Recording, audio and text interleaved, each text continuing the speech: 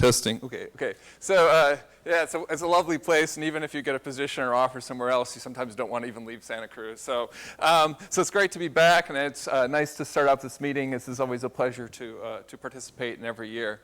So in this presentation, I just want to talk about. I'll just be giving some highlights on some of the work that people have been doing at very high redshifts very quickly.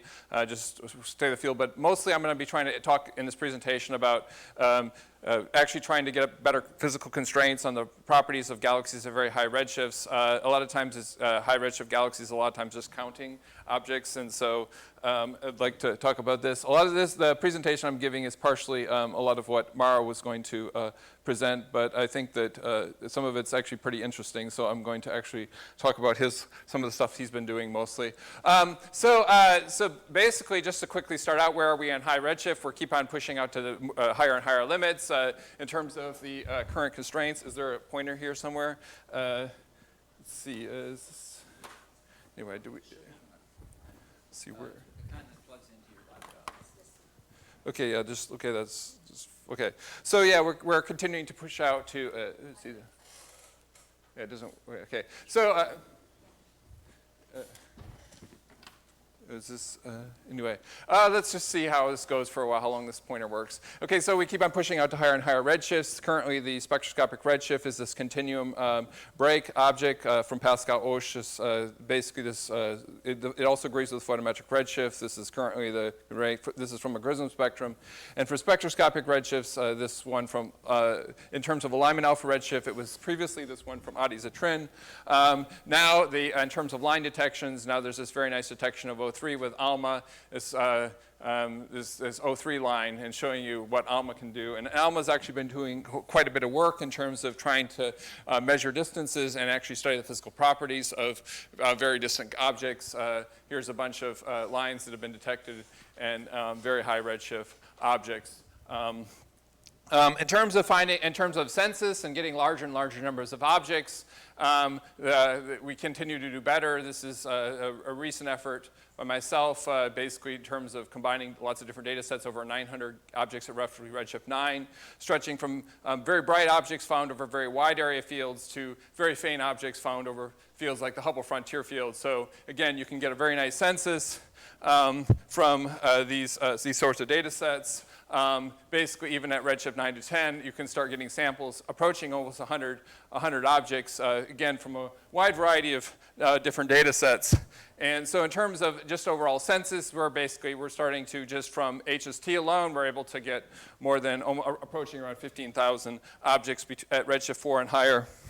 And this allows us to get things like uniform constraints and UV luminosity functions, where we can see galaxies building up from redshift 10 to redshift 4. This is just something I still have in preparation. I haven't finished submitting this. So what am I going to do in this talk? Not just talking about counting galaxies, but actually going out and learning about their physical properties. I'll first talk a little bit about the prevalence of very bright objects. Then I'll start talking about this kind of relates to what we can learn about dark matter halos of star formation efficiency, and then starting to look at some more of the physical properties, and then finishing up by talking about a new ALMA large program that was approved this last cycle to really allow us to characterize some of the most massive galaxies at high redshift. So I'm pretty excited about that, so I'll try to get to spend at least some time for that. So one area that is very interesting to look at is, again, the prevalence of very bright galaxies. This is something that our group and another group have continued to make progress on. This is very interesting because bright galaxies you can characterize as very well. It tells us about the star formation efficiency in the highest mass halos, also about how bright galaxies can become. There's been a lot of work done in this area at somewhat lower redshift, at redshift 6 and 7, particularly from the HiPACC survey, legacy survey fields. And so basically they're searching over 100 square degrees and being able to map out the very extreme bright end of the luminosity function. It's been worked on by Bowler. At redshift 8, we previously have looked at this using a somewhat smaller sample. So we've been continuing to try to push on this area. Studying these objects are very interesting because you can essentially characterize them very well, and also tells us about star formation efficiency. So our search basically includes the one that we've actually now have published is basically covers 1.6 square degrees. We do a pre-selection based upon the ground-based data, and then we use various other data sets to basically refine the selection, including IRAC, and then we try to do very detailed SED fits and throw out low-mass stars.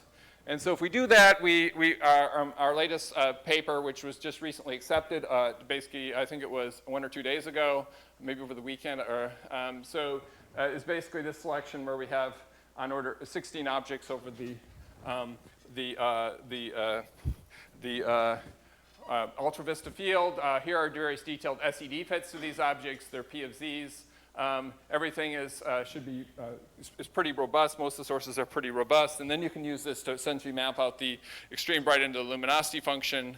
Again, this is published work. These are the results we get. Again, extending out to the very extreme bright end. These sources are very interesting to study, and we'll be studying these things in a large program. A lot of this stuff is consistent with previous work, but extends to the extreme bright end. At redshift 9, here are our constraints.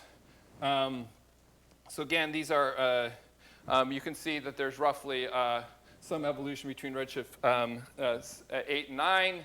Redshift 9 is about 0.5 dex lower. We can also try to fit for the shape of the luminosity function at redshift 8. There's been some discussion about whether the luminosity function is more Schechter or more double power law. Double power law is more consistent with what you would expect if basically there wasn't a lot of dust extinction at the very extreme bright end. And also the star formation was high in the very highest mass halos. This is slightly better fit by the double power law, but you can't 100% distinguish these two models. Another thing that we're looking at, not only just is looking for very bright objects, but we're also trying to look at the dustiness of these objects. So a lot of these objects that we found from these very wide area fields, we've been investigating the dustiness. Dustiness is important because it tells us something about how much star formation is dusk obscured. So this is kind of an important thing. And when does dust emerge in the universe? When does dust build up? What are the time scales? So this is a very interesting thing to observe in the brightest and most massive objects. And so we got several ARMA programs approved basically to look at this. And these extremely bright objects, these are redshift 7. On the next slide, I'll show you some redshift 8. So we've systematically targeted a bunch of these objects. We have basically a 5 sigma, 2.5, and a 3.5 sigma detection here for this sample of 6 objects. This is good. We've also been targeting bright redshift 8 objects, and we've been finding that some of these things are fairly dusty. These things are basically fall in the LERG type regime. This source is detected at 8 sigma, 6.5 sigma, and 3.5 sigma. So basically, while many of the fainter sources don't seem to show much of any dust, the bright sources definitely do show dust and show that dust can definitely be present in the universe basically 700 to 800 million years after the Big Bang. This shows you one of the things that people like to look at in this field in terms of dustiness is they tend to look at the infrared excess, the fraction of light in the infrared versus the fraction of light in the UV as a function of the color of an object. There's this generally known relationship at low redshift whereby the UV continuum slope correlates with the infrared excess, whereby the bluest sources tend to be not very dusty, but if you go to redder sources, they tend to be dustier. This is basically what we get. Here are the sources in our redshift 7 sample are the blue points, the ones that are detected, and the redshift 8 points. This is still in preparation, but we find that overall that the results are basically consistent with roughly Calzetti IRX beta relationship. We're trying to still fold in the upper limits on some of the detections to essentially come up with a final conclusion. But the interesting thing that we find in looking at these very high redshift 7 and 8 objects is that they're moderately dusty. I'll talk about the future toward the end of my talk. Another thing that we'd really like to look at for these very high mass or bright galaxies is to try to learn about their stellar masses, their mass-light ratios, and kind of a combined, so an issue that you can't really separate is the nebular emission lines. nebular emission lines essentially make deriving stellar masses and mass-to-light ratios difficult. Deriving these stellar masses is really important because it helps us connect observations to theory. I mean, if you just have these bright galaxies, it's really difficult to know how, how to connect them with Peter Baruzzi or other people's models to determine if the stellar over halo mass ratio is evolving at early time. So we really need to know the stellar masses of these objects. And again, the reason this is difficult is basically because of the, here's an SED of a redshift, spectroscopic confirmed redshift 8.6 object. From Adi Zatrin, the one I showed you at the beginning. This thing has the 4.5 micron flux is hugely elevated, showing you the importance of these nebular emission lines. So we need to basically deal with this. Just shows you a movie showing you, just to show you how important nebular emission lines are on what the SEDs of these things look like. So you can see that with something we obviously need to deal with. And so, so you can derive masses at any variety of redshifts, redshift 4, 5, 6, 7, or 8, or 9. But redshift 8 is, I think, really a sweet spot to try to derive stellar masses given these nebular emission lines. And the reason for this is as follows. Here I'm showing you the 3.6 minus 4.5 micron color of objects as a function of redshift. You can see it varying systematically as a function of redshift. And what stands out is that at redshift 4, you can kind of deal with the presence of the nebular emission lines because you only have these strong lines in one of the two bands. You have basically H alpha in the 3.6 micron band, but the 4.5 micron band is mostly clean. At redshift 6 to 7, it's a complete mess. 5 to 7, it's a complete mess because you have essentially strong lines in both bands, and so you basically don't have a clean measurement. Whereas once you get out to redshift 8, you basically have the 3.6 likely mostly free. If you look at the spectra of these objects, O2 could contaminate 3.6 a little bit, but these are really, really strong. O3 is a really strong line, and so we need to. So that's basically we need to try. If we're going to do stellar masses at high redshift, we really want to go out to at least redshift 8. So we've been looking at this for these bright samples. This shows you the bright sample from Maro Stefanon. Oh yeah, didn't remove the prep. But we basically have what we have is this is the distribution of colors, and what you can see is that if you look at this color, this actually provides a very good constraint on the strength of the nebular emission lines. And for this source, basically for these sources in the sample, basically it's actually pretty strong. So we have basically a strength for the nebular emission lines between basically 200 to 2,000 angstroms, which is absolutely enormous equivalent width with a median of 1,000 angstroms. So this is something that we need to deal with in dealing with in terms of stellar mass determinations. Okay, so for this sample, this is what we come up with. I'm not going to talk about this in detail, but basically for this sample, we have a median stellar mass of about 10 to the 9 solar masses. What about the masses or the properties of even fainter objects over these fields? Those are the bright objects. So for the fainter objects, we'd also like to have stellar mass measurements. And again, redshift 8 is a sweet spot because we're basically lacking strong nebular emission lines in the 3.6 micron band. And so to do this, it's really useful to use the data from the GRADES program, which is a 200-hour depth data set, which stretch over 200 arc minutes. And these are roughly the areas within the Goods North and Goods South fields where we go really deep. This is basically deep enough to detect 0.5 L-star galaxies at 5 sigma. So that's really deep. So we have really deep Spitzer data to essentially probe the stellar masses and the mass-to-light ratios of redshift 8 objects. And so how well can we do? And so this is, again, in prep. So we've taken a very large, comprehensive selection of redshift 8 objects from the Goods North and Goods South fields. We broke them into 4 different bins. And then we've stacked all the data in 3.6, 4.5, 5.8, and 8.0 microns. These are the results. Basically, we come up with very good detections all the way to essentially minus 19th magnitude, or basically a 0.2 L star. These are the total number of objects. And then we've essentially looked at the SEDs of these objects. The SEDs can give us constraints in the mass-to-light ratios. Here's an example SED of a source, a stack of sources with luminosity 10 to the minus 20, basically.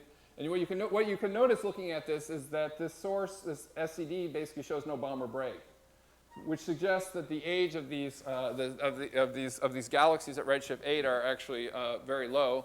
Essentially, there's it seems to be almost consistent with a pretty close to a zero age. All the storms forming in the last 10 to 70 million years. So you can actually look at this in detail. Not only this, there's that. Okay, so there's that aspect, and there's also the fact that you can see this strong break, which again indicates O3. So if you look at this, what can you see from the 3.6 minus 4.5 micron color? You can see that the 3.6 minus 4.5 is consistently 0.7. Which gives us the equivalent width of O3 plus H beta. It's luminosity independent. We can also look at the Balmer break amplitude by looking at the H minus 3.6 micron color. Again, what you see is in the brightest bin is there's evidence that the brightest bin has a slightly larger Balmer break. But as you go to the fainter bins, it's basically consistent with these things being extremely young. So you can essentially go and take these stacks and compare against star formation models of various ages. So you can take the stack shown here and then sort of compare with 1 million year bursts, constant star formation, 300 million years, and then compare the results. Basically, in terms of looking at the ages, seems to be consistent with 10 to 30 million years old populations, which again suggests fairly low masses. And essentially very high specific star formation rates. Here are some constraints on the specific star formation rate evolution. This can give us constraints on how the specific star formation rate evolves and the star formation efficiency changes with time. Basically, here are some models for modeling the lower redshift points. And essentially, what you can see is that the results seem to be roughly consistent with a model where you have basically a model that follows a specific accretion rate. So we're still working this up. This isn't quite finalized. We're trying to take into account the uncertainties, but this is actually pretty interesting that we're getting such high specific star formation rates at high redshift. Finally, I'd just like quickly to introduce a new ALMA large program that was approved the last cycle. And basically, so I've been talking about how we want to characterize the physical properties of all these high redshift objects. How can we understand what their masses are, their dust, everything else? And ALMA, before JWST, ALMA's perhaps our best opportunity to do this really well, particularly at the very high mass end. So what are we missing in terms of probing very high, the highest mass, brightest galaxies at redshift greater than 6? So we'd really like to have spectroscopic redshifts. Getting spectroscopic redshifts for very high mass objects are very challenging. Lyman alpha is faint, and Lyman alpha at redshift greater than 6 tends to get eaten by the IGM, maybe. Kinematic properties, we'd like to be able to probe the kinematics of these very high, the brightest, highest mass objects. We can't do that until we have JWST, but with ALMA we can. We can want to probe the dust properties. We want to figure out how dusk obscured they are. The more dusk obscured they are, the likely the more high mass they are. So all these things actually probe mass. Spectroscopic redshifts help us essentially do the modeling of the SEDs better. Kinematics give us dynamical masses, and dust also helps us understand the masses. So spectroscopic redshifts, here's a bunch of redshifts that we've gotten with ALMA with no prior knowledge. We've just done spectral scans. We have no prior knowledge of what the redshifts were before we took these observations. Now you can see we detect C+. These are a detection of C+ for 5 objects at redshift around 7. We can also probe the dynamics. Here's results from a Nature paper that Renska Smit, a previous PhD student of mine and now postdoc, and now maybe she's going to have a faculty position in Liverpool, hopefully, fingers crossed, in the next few months. So basically, here this object appears to be consistent with rotation. You can get constraints on this from, here's what you get from sort of low resolution observations, 24 minutes. Okay, I'll get through this pretty quick. This is from higher resolution observations. Again, this is a galaxy at redshift around 7, and you can see clear evidence for rotation. It's completely consistent with this. There's some evidence in the corner here for higher velocity dispersion indicating a potential merger. This is still in preparation. We can also get constraints on the dust. Okay, right. Okay, yeah, right. So with this large program, we're going to be sampling. We have 70 hours. Unfortunately, PI, and there's a bunch of other people. These people contribute a huge amount. We're targeting this very bright selection of objects between redshift 6.5 and redshift 9.5. We're going to be scanning for C+ and O3. So we're targeting this very large sample of objects, 40 bright objects. We're going to be doing line scans, looking for C+. From previous work, we found that the best way of doing this is just to do it blind, to look for very bright objects and do blind. The sources without redshifts from Lyman alpha tend to be the brightest. So what we're just doing is we're looking at all these very bright objects and just looking for dust and looking for very bright lines.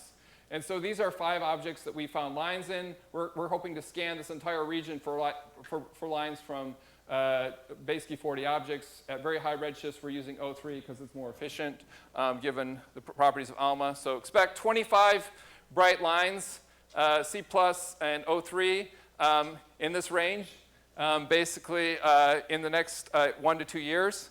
So that's not very exciting. We're also probing for dust.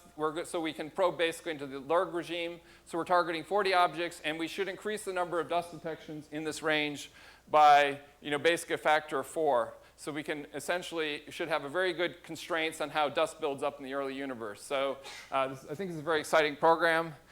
So that's my presentation. Just quickly in summary, it's important for high redshift objects to look at the physical properties. Very wide area surveys are useful for finding very bright objects, which can help us understand star formation efficiency at very high masses, and also give us objects that we can characterize more accurately, much more detail. The brightest galaxies show some evidence for dusk obscuration, but the dusk obscuration for most sources isn't huge. The bright objects show median O3 to H beta equivalents of 1,000 angstroms and median estimated stellar masses of 10 to the 9 solar masses. Looking at the fainter objects is a great way of looking at analyzing stacks. The fainter objects is a good way of looking at the properties. And the specific star formation rates we estimate that are consistent with the essentially the standard specific accretion rate onto dark matter halos. And in the future, lots of progress will be made with this ALMA large program Rebels that we just had approved, which should allow us to look at masses, dynamics, dust properties of a large number of sources. So we're very excited about that. So thanks.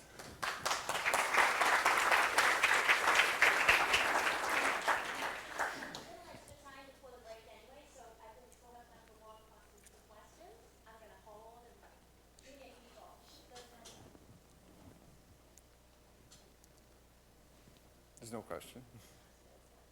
Okay. Yeah. About the very high equivalent widths, at redshift 2, you see lots of those too, right? These extreme emission line galaxies, some wars, they can be called. Are they in any way different? Have you found any difference between that population and the redshift 8 population? Or can we use the redshift 2 galaxies as a way to study them? I think it's a difficult question to answer in detail. I mean, I think that people have been trying to do this based upon studies of using spectroscopic studies. And I think that it's been found that there's a lot of similarities. That if you just take these redshift 2 extreme emission line galaxies and you compare them with redshift 8 objects with the same equivalent width and the same mass range, there's actually a lot of similarities. I think that there's a lot of work to be done in trying to understand what the differences are, but what's been remarkable is a lot of things are a function of stellar mass and evolutionary state of a galaxy. And so I think that basically studying local analogs or analogs at redshift 2 are actually a very good way of trying to understand the actual physics or the properties of redshift 7 or 8 objects. I'd actually have to. I have to actually think about this in detail, but I think maybe there's slight differences in the size. I think that there are, in terms of other things, I think that there's, in terms of how these things map onto the mass metallicity and other things, there may be differences there. I don't know. I'd have to. Yeah, I can't answer it off the top of your hand. We have to discuss this, but it's obviously something very interesting to look at.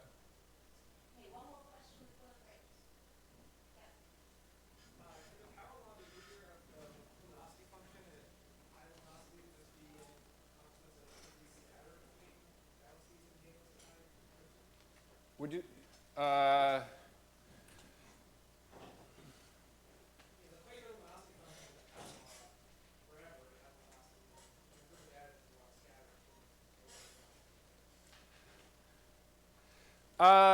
mean, a lot. Yeah, that we might have to discuss it also after the session. But you can actually just take a very simple. You can take very simple models of. I mean, you can just take you can take a non-evolving stellar mass halo mass relation, and you can sort of fit the double power law. The shape of the luminosity function is just using very simple models. I know that Peter has these things evolved, but I mean, you can actually just take very simple models and you can fit everything. I don't think you actually need to invoke huge amounts of scatter to try to explain anything. But it might be another way of explaining it. I mean, there's lots of different models that could at least fit the same observations. But I think I don't think you need it. You don't need lots of scatter to explain what we observe. Okay, so there's one more question I missed over here. Okay, can you start? Yeah.